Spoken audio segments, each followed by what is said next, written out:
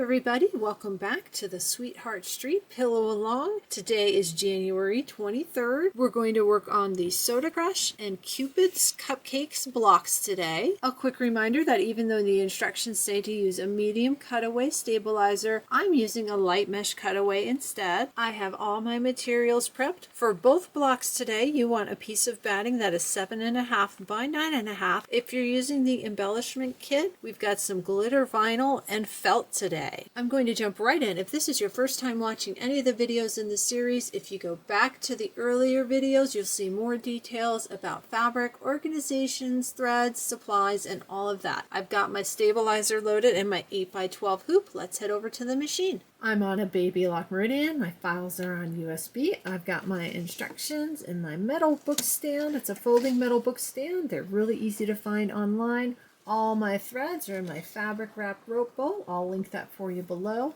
I've got my thread conversions, which I've shown before. Let's go ahead and load our files for the Soda Crush block. I am using the background quilting. We need to load KDQ 483 Candy 1 6x8 design. We'll go ahead and set that, and then we need to load and line up our Soda Crush. We're going to hit add, going to bring up our embroidery file for the Soda Crush block. A fun thing about this block, I have another video on my channel, and I'll link it below, where I talk about how you can change the text where it says Soda Crush to say something else even if you don't have embroidery software. I'll make sure that's linked below for you. As this imports, it's centered. We need to line it up just like we've lined up our other blocks. Let's hit edit and move. I'm going to use the arrows, and we need to line up the bottom of the block with not this very outside line, but this other line here. The very outside line is going to be our trim line, and then we have our seam allowance. Ooh, I got it. Just like that. I'm going to hit OK. I am going to save it to my machine just in case. Let's hit embroidery.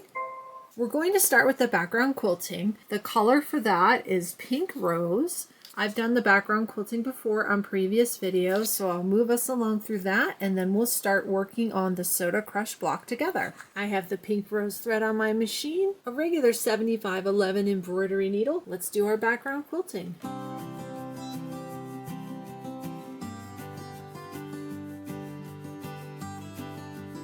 The background quilting is done. We've got that little bar with the line again, and I explained how to do that in previous videos, so you need to move through that and move through the box. Now we're ready to switch to cool gray.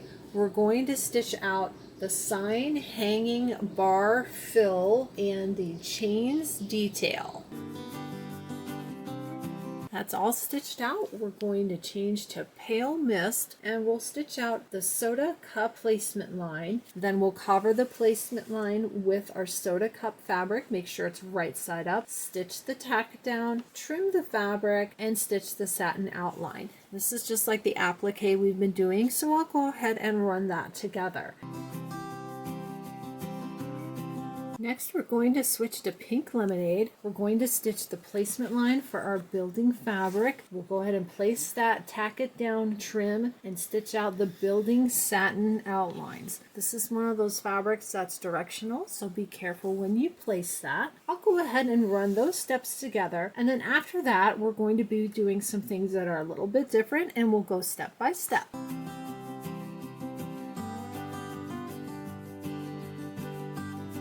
Once your satin outlines have stitched, you want to switch to the color Lagoon, and we're going to stitch out the window placement line.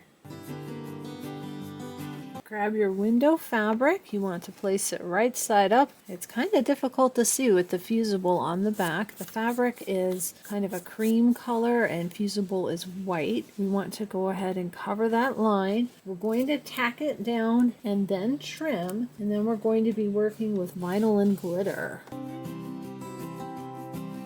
Once you've got that trimmed, we're going to stitch the crossbars and the window frame outline. Then after that, we'll be working with our vinyl.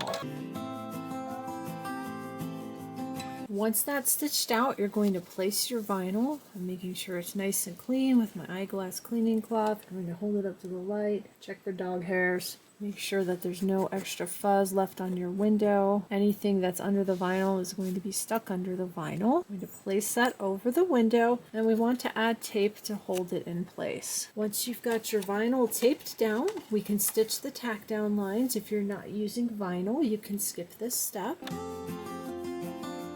You go ahead and remove the tape and then trim away your vinyl. There's no more stitching around the window, so be careful when you trim away your vinyl. We're leaving the lagoon color on the machine. We're going to stitch out the sign 1 placement line. If you're using the embellishment kit, we're going to use the glitter vinyl for this. There's a piece of plastic over the glitter. Sometimes it's hard to get it to peel off. You need to peel off that plastic and discard the plastic. You don't want to accidentally stitch this down with the plastic on top of it. This is the plastic. This is your glitter vinyl. And peel that off. You want to take your glitter vinyl, make sure you cover the placement line and tape it. My glitter vinyl's taped down. I'm going to stitch the tack down.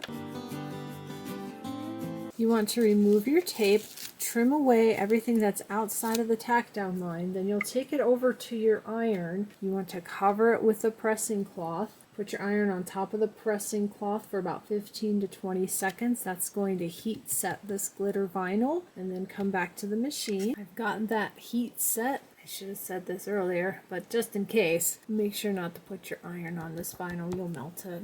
Once you've got this heat set, we're going to stitch out the sign 1 decorative outline and the eyelet details. They're 2 separate steps on the machine, but I'm going to go ahead and run them together.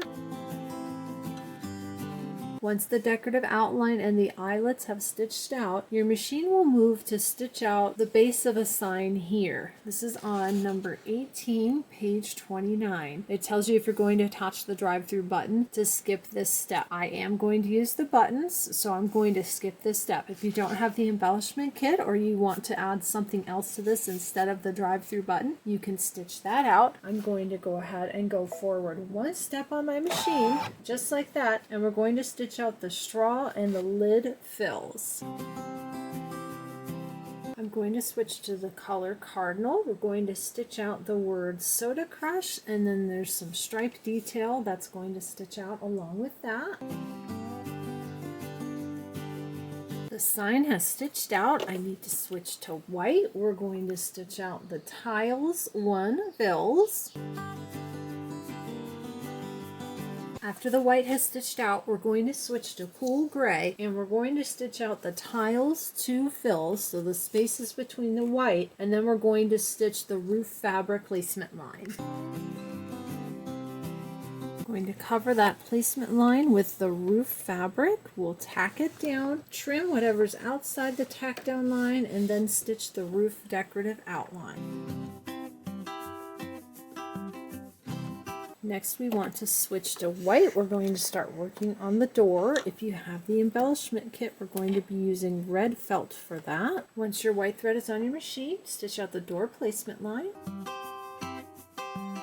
Grab your felt. If you're using the embellishment kit, you can use fabric, whatever you've got. If you're not using the red felt, make sure to cover the line, stitch the tack down, and then trim everything outside the tack down line. Once that's trimmed, we're going to stitch the door satin outline and the doorknob detail. The next step is stitching out the words drive-through. You would do that if you're not using the button. Since I am using the button, I'm going to go ahead and skip through that step. And we're going to go on to the last step for this block, which is stitching the bubbles details.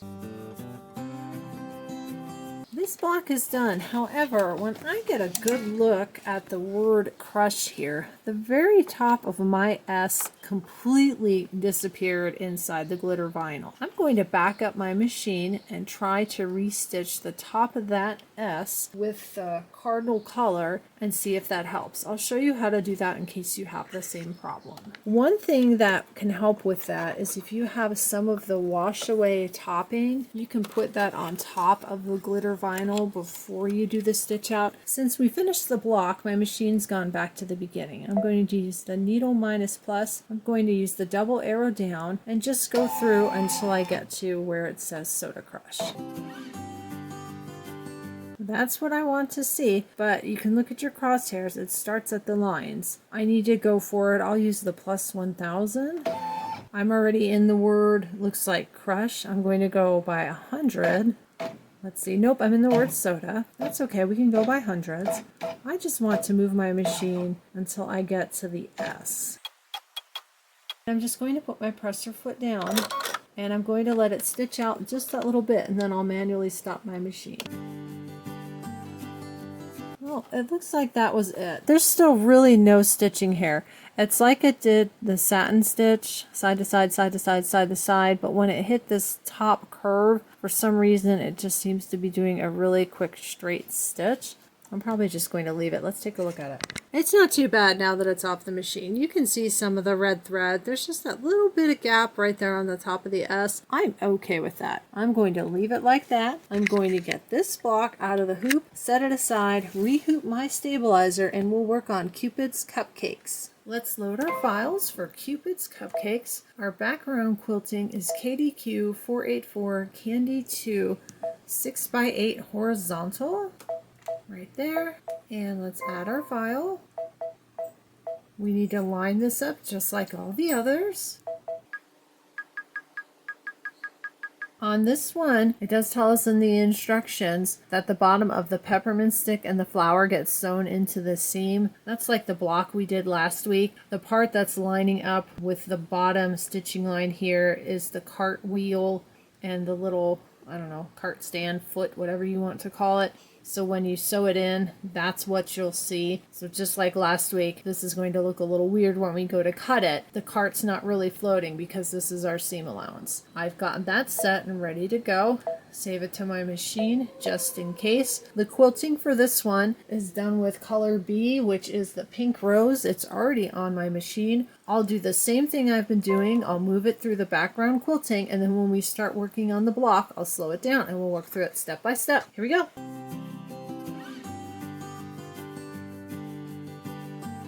Once the quilting has stitched out, you have to move through that little line with the dash and the box again. Once you've moved through those steps, the first thing we're going to stitch out is the flower, stem, and leaves fill. This is in the color Aloe. Once your stems and leaves have stitched out, you want to switch to cool gray. We're going to stitch out the placement line for the top of the cart. Grab your cart top fabric. You want to cover the placement line. I'm going to tape it in place, stitch the tack down, and then trim everything outside of the tack down line. Once you've got that trimmed, we're going to stitch some of the detail. It's going to stitch the top of the cart, a couple of posts, and a kickstand satin outline. It also looks like as it's stitching, it's going to kind of stitch up here, and there'll be a stitching line. It looks like there might be some traveling lines. Don't worry about that. We're going to be covering all that with fabric. They're going to disappear. Once that's stitched out, you leave the cool gray on the machine. We're going to stitch the cart base placement line.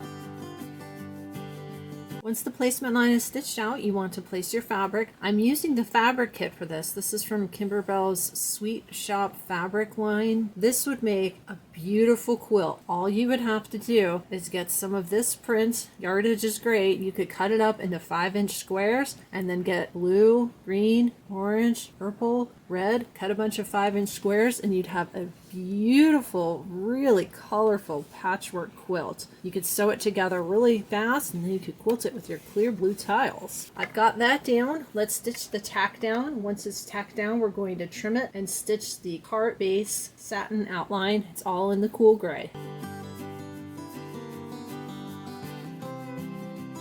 Next, we're going to stitch out the little candy stick. Candy Stripes 1 is stitched with Pale Mist, and then Candy Stripes 2 is stitched with Lagoon. I'll go ahead and run those two steps together. The Peppermint Twist is all stitched. The next 3 steps are in the color Lagoon. We're going to stitch the awning scallops fills, then the eyelet details, and then the outer wheel fill. I'll go ahead and run all of those together since we don't have a thread change. Here we go. Once you've got all that stitched out, we're going to switch to Pale Mist and stitch out the cart awning placement line.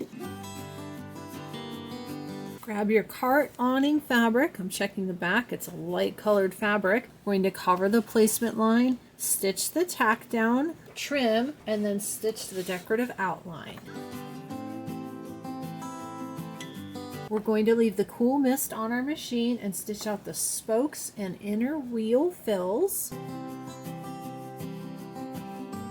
Going to switch to pink. We're going to stitch out the flower petals fills. Going to switch to the color Eggnog. We're going to stitch out the placement line for the flower center. Grab your flower center fabric, cover that placement line, we'll tack it down and we'll trim. I'm looking at the design on this fabric and seeing if I can center one of these little, it's kind of like a little starburst. I think I can get that in the center of my flower. Let's see how I did. Pretty good. I did pretty good centering that. I'm going to go ahead and trim everything outside the tack down, and then we'll stitch out the decorative outline. Going to switch to the color Lagoon. I'm going to skip the next step on my machine because it's the base of one of the cupcakes. I'm using the cupcake buttons. If you're not using the buttons, you want to go ahead and stitch that out. I'm going to skip that and I'm going to move on to stitching out the words Cupid's Cupcakes on my sign. Next in the color Lagoon is the wheel center outer detail. Going to switch to cool gray. We're going to stitch out the center of the wheel. The next few steps are stitching out the cupcakes. Since I'm using the buttons, I'm going to go ahead and skip through all of these steps. If you're stitching out your cupcakes, go ahead and follow along with the thread changes and stitch those out. If you're using the buttons, we're moving to step 34. We're going to switch to white and stitch out the cart top heart fill and outline. After that, we're done on our machine. We're all done. I think I had about 3 stitches left when the bobbin ran out. There's a couple of jump threads on my Cupid's Cupcake sign. I'm going to trim those. Then we're going to head over to the table and we'll trim our blocks. Both of these blocks are going to trim to 6.5 by 8.5. You can use the orange pop rulers for those. I showed in detail how to use these on an earlier video. I'm going to go ahead and trim both of these to music, and then we'll talk about what we're going to do next time.